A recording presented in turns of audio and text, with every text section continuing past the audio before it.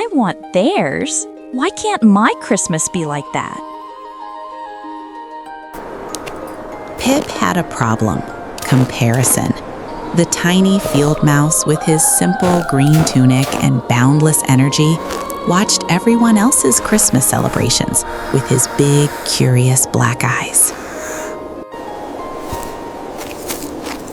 He watched Luna's Christmas, the wise owl's soft, mottled brown and white feathers glowing as her family gathered, her large, intelligent amber-yellow eyes telling stories by firelight.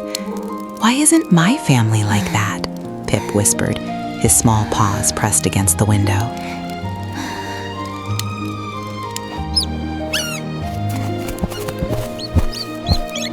He watched Stella's Christmas, the young squirrel with wire-rimmed glasses, surrounded by friends bringing gifts, her bushy tail swishing with joy. "Why am I always the smallest, always alone?"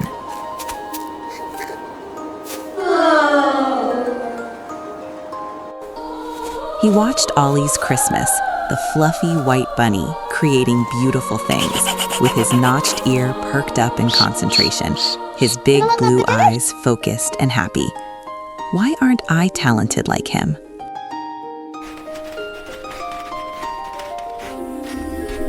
He watched Fuzzly's Christmas, the plump, fuzzy caterpillar with vibrant green and yellow stripes and tiny red sneakers on his many feet, everyone grateful for his help and warmth.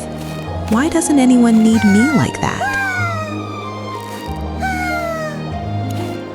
He watched Barnaby's Christmas, the large brown bear with soft paws finally being accepted after 3 years, his small black eyes finally smiling. Why did it take him so long to find his place? And he watched Shelley's Christmas, the young tortoise with her beautiful patterned shell and pink bow, surrounded by family legacy and purpose. Why am I just Pip, the tiny mouse with nothing special?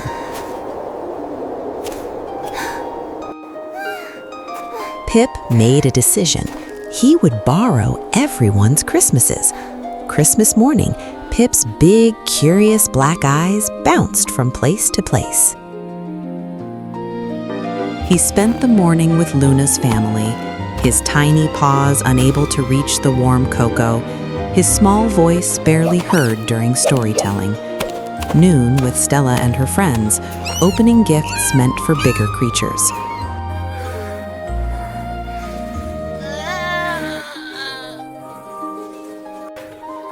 Afternoon with Ollie, creating art, his little paws too small to hold the tools properly.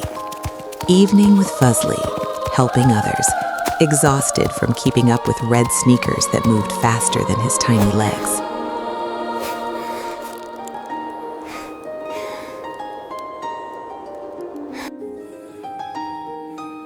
Night with Barnaby, sitting in silence, listening to stories about acceptance he didn't feel applied to him.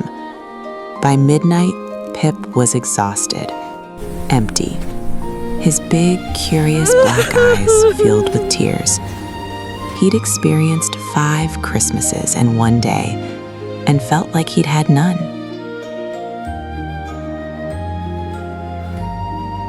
Pip sat alone under a frosted tree, his green tunic soaked with tears and snow. But then something happened. Each of his friends arrived, independently, without planning, without knowing the others were coming. Luna arrived first, her soft feathered wings carrying hot cocoa in her talons. Stella bounded in with laughter, her wire-rimmed glasses gleaming. Ollie hopped in with something in his soft white paws.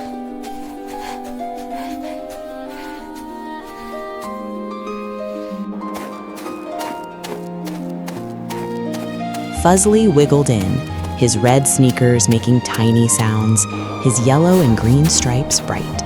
Shelley arrived slowly, deliberately, her pink bow bobbing with each step. Barnaby's large form appeared last, his soft paws quiet on the snow despite his size.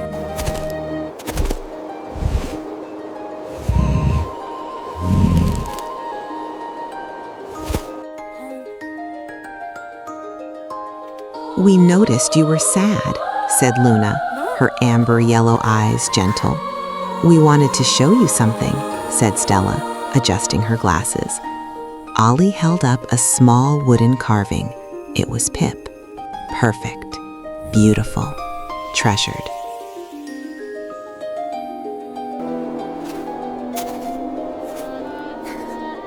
This is what I see when I look at you, said Ollie, his blue eyes warm. This is your gift to the world. Pip's big, curious black eyes finally understood. He'd been searching for Christmas in other people's celebrations, but his Christmas had been happening with them.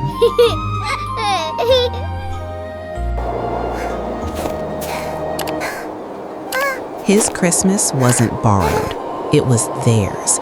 He belonged in every gathering because they wanted him there. Not because he was talented, like Ollie.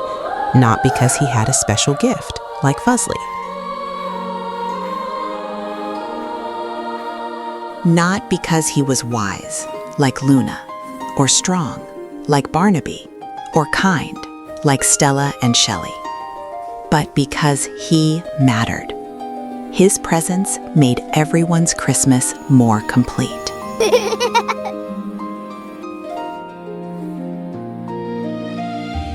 You're our Christmas, said Fuzzly, his big blue eyes twinkling. Pip's tiny field mouse heart finally understood. You don't need to be special or talented to belong. Sometimes just showing up and being yourself is the greatest gift you can give. Merry Christmas! Now, who ate the cookies?